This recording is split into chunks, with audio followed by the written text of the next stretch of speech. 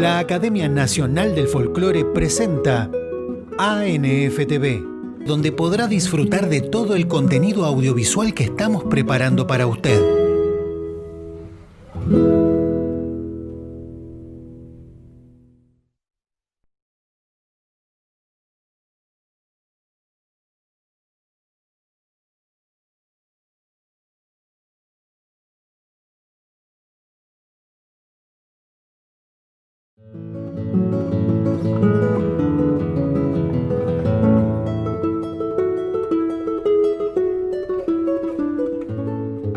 La Academia Nacional del Folclore presenta Diálogos, un ciclo de entrevistas donde referentes de nuestra cultura comparten experiencias y anécdotas.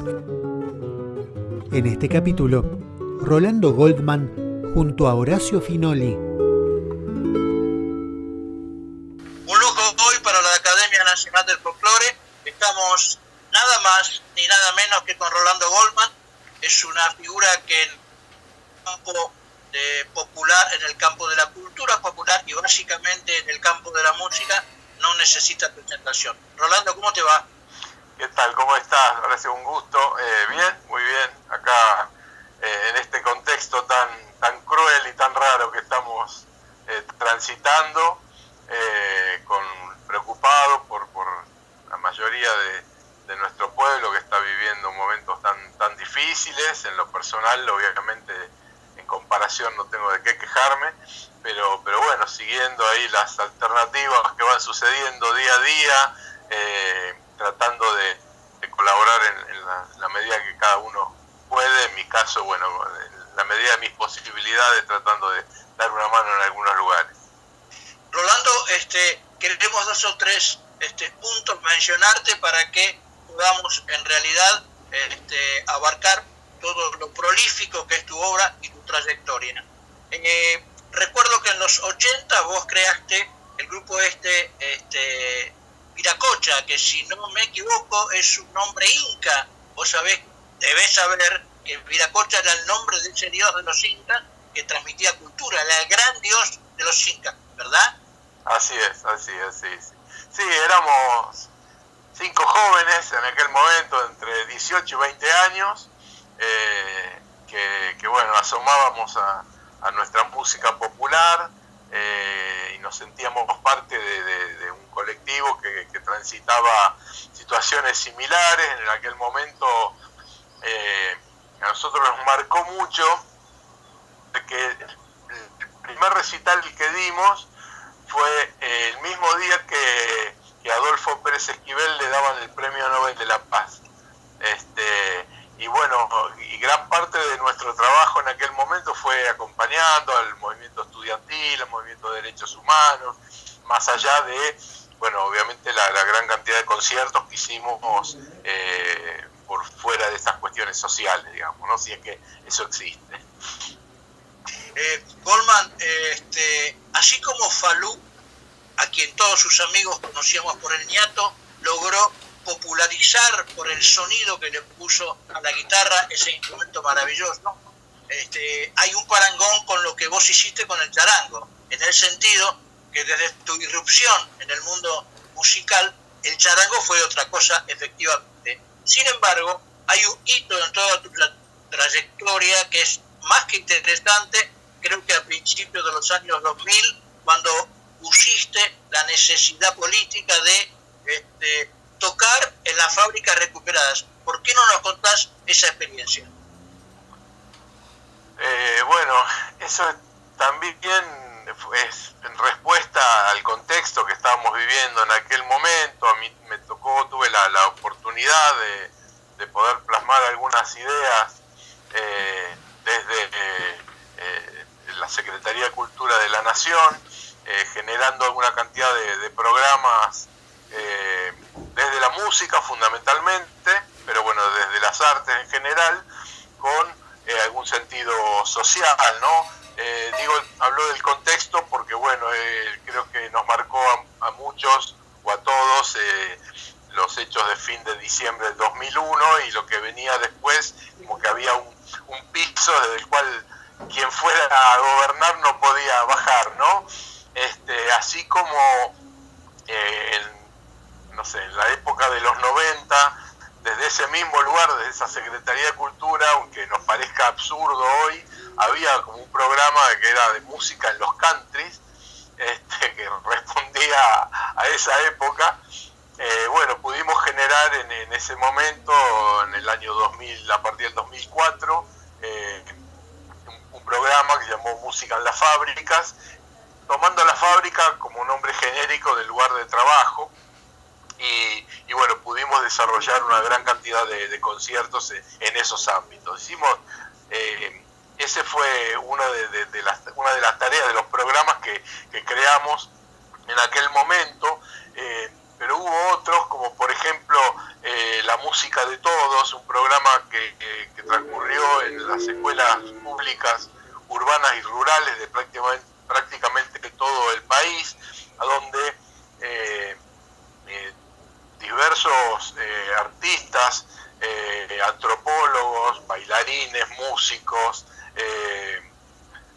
recorrían las escuelas compartiendo con los estudiantes los contenidos propios de la cultura popular de su propia provincia, ¿no? Menciono esto porque de alguna manera pueden aquellos contenidos que están vigentes y los tenemos, digamos, como para compartir, los hemos volcado como posibilidad para que nutran a los contenidos que puedan aplicarse a partir de la ley de la enseñanza de folclore en las escuelas, ¿no? Aquello también surgió en aquel momento. Y hubo otro programa que me gustaría mencionar, que es el de la creación de orquestas infantiles y juveniles de instrumentos latinoamericanos. O sea, en forma paralela al programa que habíamos creado de orquestas infantiles y juveniles a la modalidad, digamos, europea, por llamar de alguna manera, creamos una cantidad de orquestas que continúan vigentes actualmente,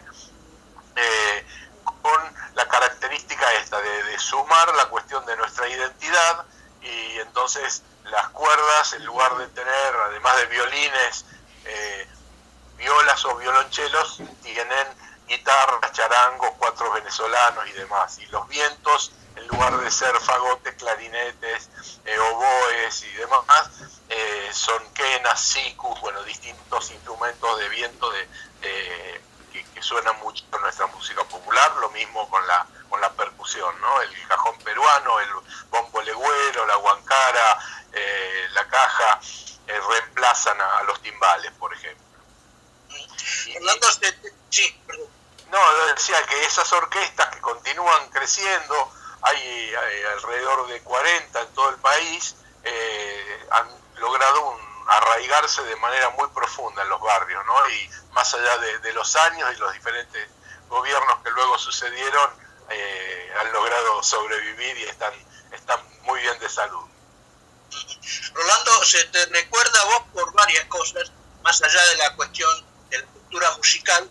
La primera es la foto de Subeldía en la puerta de tu despacho, porque el fútbol es arte y sos un gran pincha, pero también por ser el charanguista de los piquetes. Estuviste en Cutralcó, ¿no? Estuve en muchos lugares, por suerte, y en cada uno de esos espacios para mí tienen un valor muy muy fuerte, porque la emotividad que surge en una situación donde uno puede generar solidaridad a través de la música tiene tanto valor como, no sé, subir al escenario Atahualpa Yupanqui de Cosquín, que es algo que es muy difícil de transmitir en palabras, ¿no? Lo que uno siente en esos lugares. Pero sí, creo que, en general, como genera mayor empatía la música con poesía, la música cantada, y siempre me llamó la atención lo bien que era recibido el charango, porque el sonido, creo que de alguna manera quien lo escucha en nuestro país lo siente como propio, ¿no? Y logra disfrutar de eso, más allá de quien sea el intérprete. Tu compromiso político a través de toda tu trayectoria está más que sobradamente probado, particularmente cuando con el grupo Viracocha estuviste en varias de las manifestaciones callejeras que se hicieron en el retorno democrático del 83, ¿no? Sí, siempre, digamos, así como mencioné a Adolfo Pérez Esquivel, tuve una inserción desde el movimiento de derechos humanos, también desde la cuestión sindical de los músicos, y desde esos lugares con la música he tenido la posibilidad de formar parte, no solo con la música, ¿no? Como un ciudadano más he participado cada oportunidad que tuve y sigo participando en este tipo de situaciones. Creo que es un compromiso que muchos artistas tenemos y de alguna forma creo que, no sé, es como una suerte de privilegio, ¿no? El hecho de ser músico, porque el instrumento que uno lleva nos abre las puertas muy fácilmente de muchos lugares.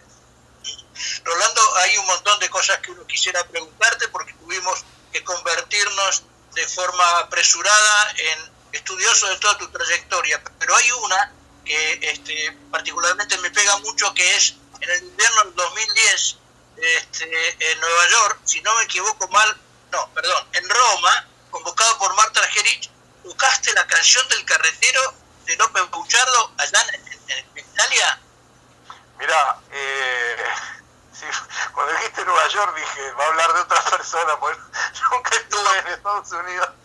Mirá, eso de Roma fue alguna experiencia, sí, que a mí me fue muy enriquecedora para mí, porque compartir con Marta Argerich y con otros colegas unos días allá en Roma fue algo inolvidable, y de alguna manera está vinculado a lo que vos mencionabas antes de las fábricas recuperadas, porque a Marta Argerich, a quien todos admiramos en el mundo, además de su condición de brillante pianista, un ser humano excepcional, tuve la oportunidad de invitarla a que participara en el marco de aquel programa de música en las fábricas, y ella dio un concierto memorable en una metalúrgica recuperada en Villa Martelli, y ella me comentaba en aquel momento que sentía de alguna manera que estaba devolviendo algo a todo lo que la Argentina le había dado, ¿no? Porque su historia, no sé si conocés, que cuando yo tenía 12 años, los padres veían que aquí en Argentina los maestros que había tenido tenían muy poco más para entregarle, y Marta quería estudiar en Viena con un gran maestro y no tenía los medios como para ir hasta allá, y bueno, quien gobernaba en aquel momento, Perón, facilitó a la familia, a quien fueron a pedirle si podían conseguir una beca para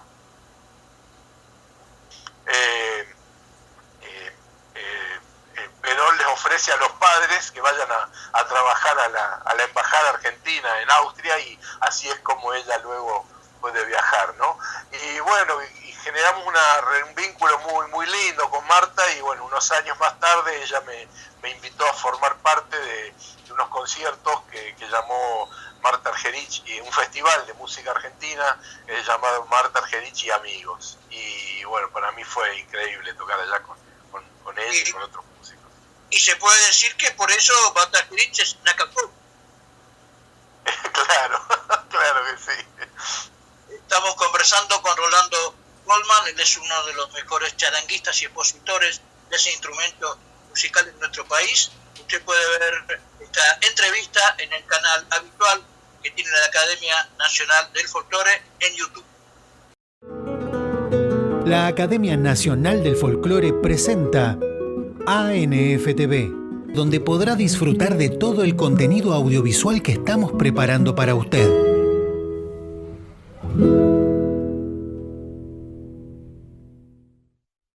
Recuerde que podrá volver a ver este capítulo, como también todos los anteriores, en nuestro canal de YouTube. Encontrará toda la información en nuestra web www.academianacionaldelfolclore.org.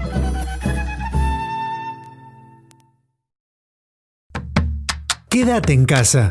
La Academia Nacional del Folclore te acompaña con material exclusivo en esta época de cuarentena. Búscanos en YouTube como Academia Nacional del Folclore.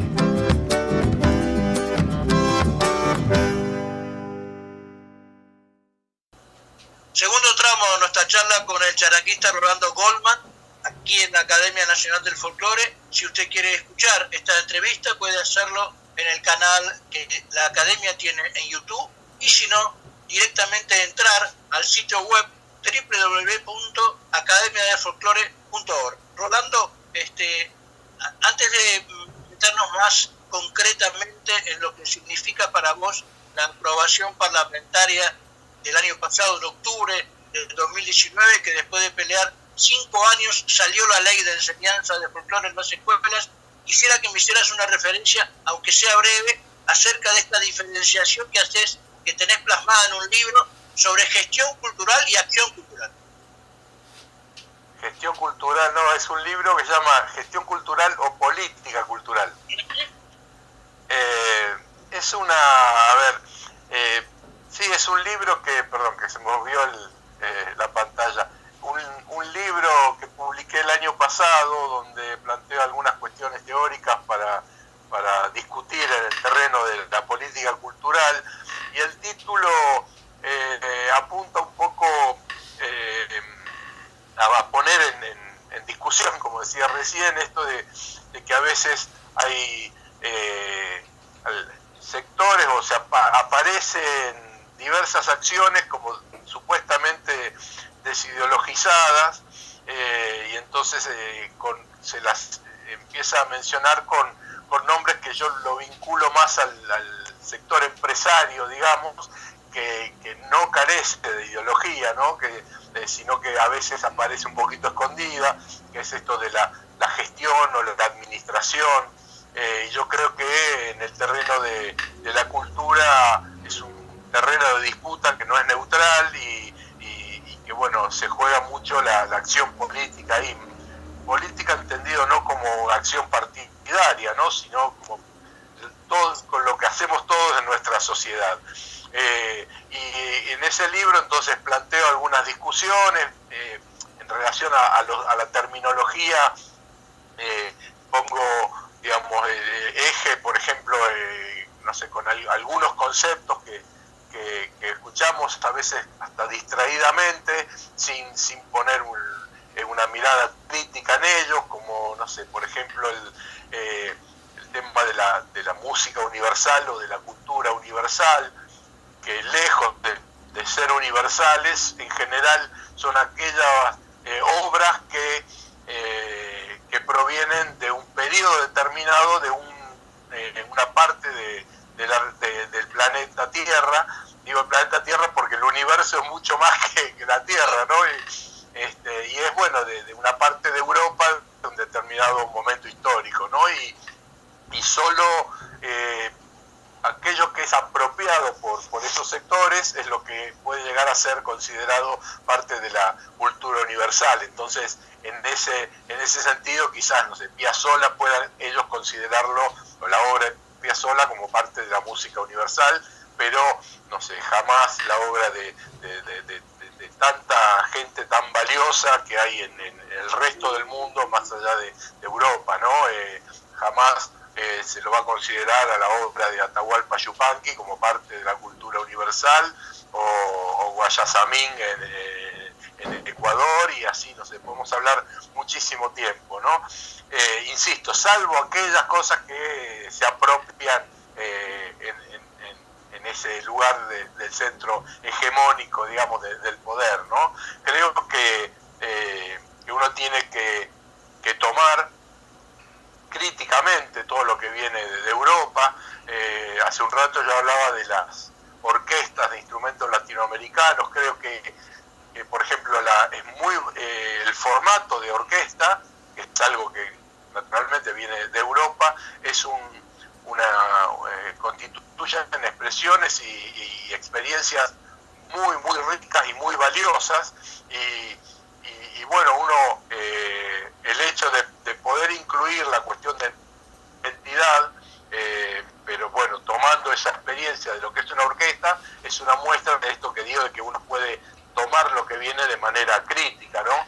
El hecho de que, no sé, en una cantidad no infinita, pero muy, muy grande de ciudades de todo el mundo haya orquestas u organismos oficiales, sinfónicos o de corales, al modelo de la música europea, nos da una cuenta de que es una música muy valiosa, pero simultáneamente es algo que viene impuesto de afuera, ¿no? Y si no somos nosotros quienes vamos a generar desde espacios oficiales experiencias con nuestra música popular, o popular o académica o como quiera llamarse, pero desde nuestras raíces, si no lo hacemos nosotros, no lo va a hacer nadie, ¿no? Quiero por ahí insistir en esto, no es que yo esté en contra de que existan orquestas sinfónicas, ni mucho menos, pero salvo las experiencias por ahí de ballet folclóricos, casi no hay experiencias en el mundo de elencos estables, oficiales, municipales, provinciales, nacionales, que respondan a la cultura o a la música originaria de Goldman, esta creación tuya de las orquestas infanto-juveniles fue interrumpida por el gobierno anterior, que le quitó presupuesto, tengo entendido, pero ahora está en funcionamiento. Sí, lo que ha sucedido en los años anteriores, durante el gobierno anterior, en relación a las orquestas infantiles, esto por testimonios que hemos recibido de muchos compañeros y colegas de todo el país, es que han sufrido cierto maltrato y falta de apoyo, pero ninguna de estas orquestas dejó de existir y dejó de funcionar, porque han logrado arraigarse muy profundamente en los barrios. Entonces son orquestas que más que pertenecer a un ministerio, pertenecen a los barrios, ¿no? Entonces continúan subsistiendo, más allá de las diversas dificultades que puedan atravesar, que fueron muchas en estos últimos 4 años. Actualmente yo fui convocado nuevamente como para poder dar un nuevo impulso a esas orquestas y a los otros programas que mencioné anteriormente, y estamos trabajando desde el Ministerio de Cultura de la Nación en ese sentido. Casualmente, o no sé si casualmente, pero en esta semana, desde ayer lunes y hasta el sábado 27 de junio, está transcurriendo un encuentro con los integrantes de estas orquestas. El nombre del programa de las orquestas de instrumentos latinoamericanos lleva el nombre de Andrés Chazarreta. Y este nombre lo hemos puesto por 2 motivos. Por uno, bueno, por esta necesidad que tuvimos de homenajear al gran Andrés Chazarreta por todo su aporte que ha hecho a nuestra cultura y a nuestra música popular, pero además, de alguna forma, queríamos, mencionando a él, plantear esto de que las ideas, más allá de que alguno pueda sintetizarlas, en general son resultados de situaciones colectivas, ¿no? Y por ahí no es que a mí o a nadie se le ocurrió hacer estas orquestas como algo totalmente novedoso y que no hubiera tenido en el pasado experiencias similares. Y bueno, don Andrés Chazarreta, en la década del 30 del siglo pasado, es quien creó, hasta donde sabemos, la primera orquesta de arte nativo. Entonces tomamos un poco esa referencia. Decía que estamos en estos días transitando un encuentro en forma virtual, donde están participando más de 400 profesores de las diversas orquestas que hay, directores de las orquestas, coordinadores, incluso estudiantes avanzados de muchas de estas orquestas. Estamos compartiendo momentos muy interesantes, de discusiones interesantes, de capacitaciones como para profundizar en contenidos diversos que tienen que ver con con el funcionamiento de las orquestas, desde, no sé, Monchi Navarro va a dar mañana un taller sobre la chaya para los profesores de todo el país, bueno, como es de instrumentos latinoamericanos, Lucho González, un gran guitarrista que supo estar con nada menos que con Chabuca Granda, va a estar compartiendo con todos nosotros conceptos de la música negra del Perú, y bueno, y así hay muchísimos colegas que se están sumando en este encuentro.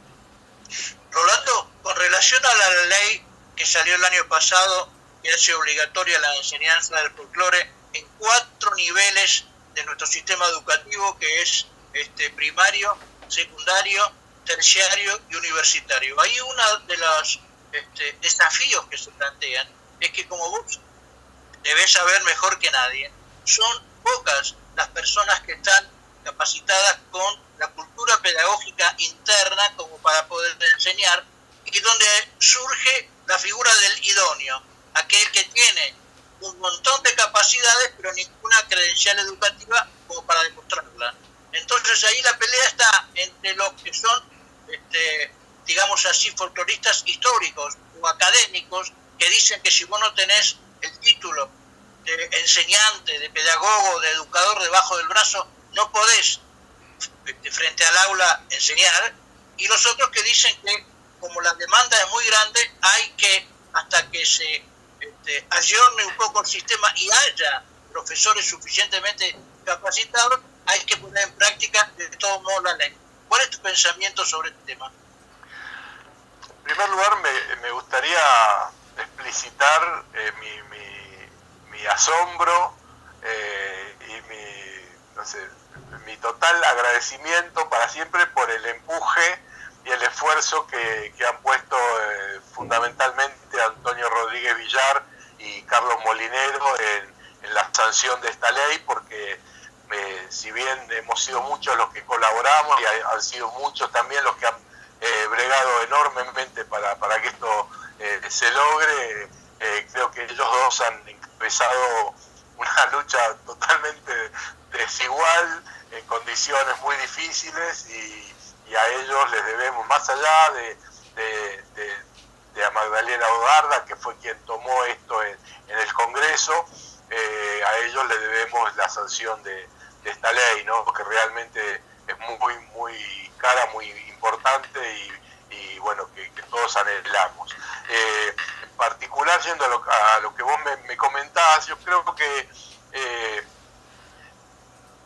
por un lado yo creo que es falsa esa dicotomía o esa supuesta tensión que hay, porque supuestamente se puede instalar entre la academia, digamos, y la idoneidad, ¿no?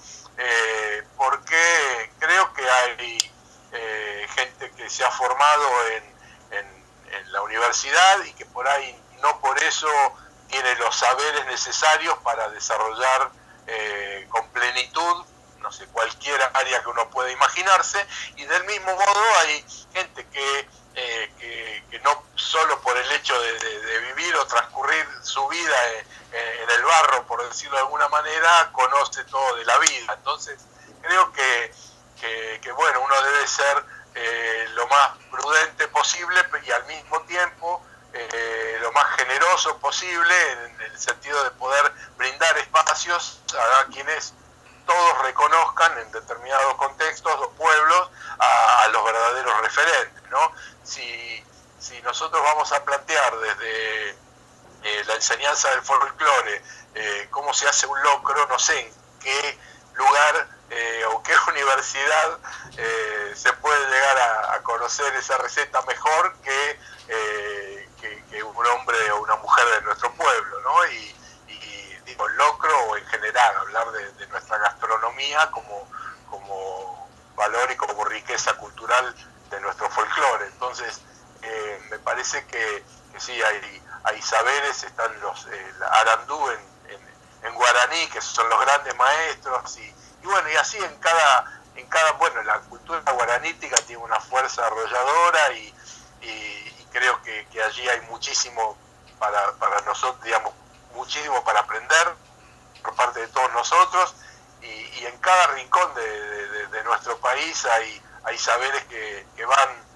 recorriendo y que van transitando de generación en generación de manera oral, verbal o empírica, y que creo que deben nutrir los contenidos para llevar a las escuelas, ¿no? Donde muchas veces los niños y los jóvenes van a reconocerse en las cosas que puedan llegar a ponerse en los contenidos, y no solo y no exclusivamente empezar a conocerlos, ¿no? Creo que en la tarea que tenemos que llevar adelante con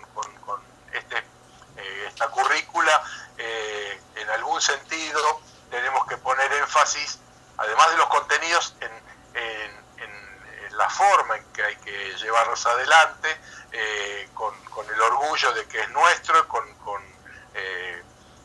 la posibilidad de que desde el Estado, desde las instituciones, cuando uno reconoce y da un valor a determinadas características, esto es tomado y asimilado con mucha más fuerza y con mucha más convicción por quienes lo reciben, más allá de que esos contenidos no sean exclusivamente novedosos, porque cuando yo te decía lo de la música de todos, recorriendo las escuelas notábamos que por ahí que los chicos que en algún momento eran los más retraídos, los más alejados de lo que sucedía en las aulas en relación a sus compañeros, por ahí venían en algún momento de la semana con el padre o con el abuelo, que traían una quena, que la tenían guardada, o que conocían la lengua quechua, pero nunca la hablaban en la escuela por cierta vergüenza o timidez. Cuando entonces desde la escuela se habilita esa posibilidad, esto es tomado con mucha más fuerza, con mucha más,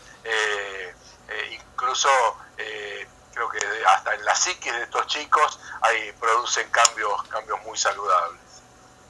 Rolando, tenemos que despedirte, no sin antes, además de agradecerte, recordarte que como consecuencia de esta crisis sanitaria global que estamos sufriendo todos, los distintos pasos burocráticos que hay que dar para la reglamentación de la ley de enseñanza de folclore en las escuelas están un poco en el freezer, pero sin embargo la etapa que viene, en la que se espera enorme aporte de figuras grandes como vos, es la etapa donde cada uno en su respectiva especialidad aconseja, sugiere figuras ilustres para engrosar la bibliografía que esta ley va a tener apenas pueda ponerse en marcha toda la maquinaria. Te agradecemos enormemente este rato, te mandamos un abrazo a los codazos pero grandes. Bueno, igualmente, un fuerte abrazo virtual, que estén muy bien y muchísimas gracias por invitarme a compartir este espacio. Recuerde que podrá volver a ver este capítulo, como también todos los anteriores, en nuestro canal de YouTube. Encontrará toda la información en nuestra web www.academianacionaldelfolclore.org.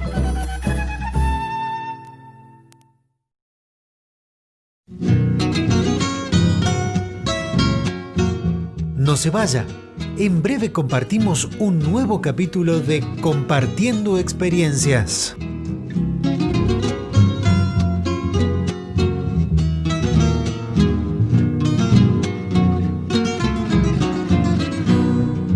Me traje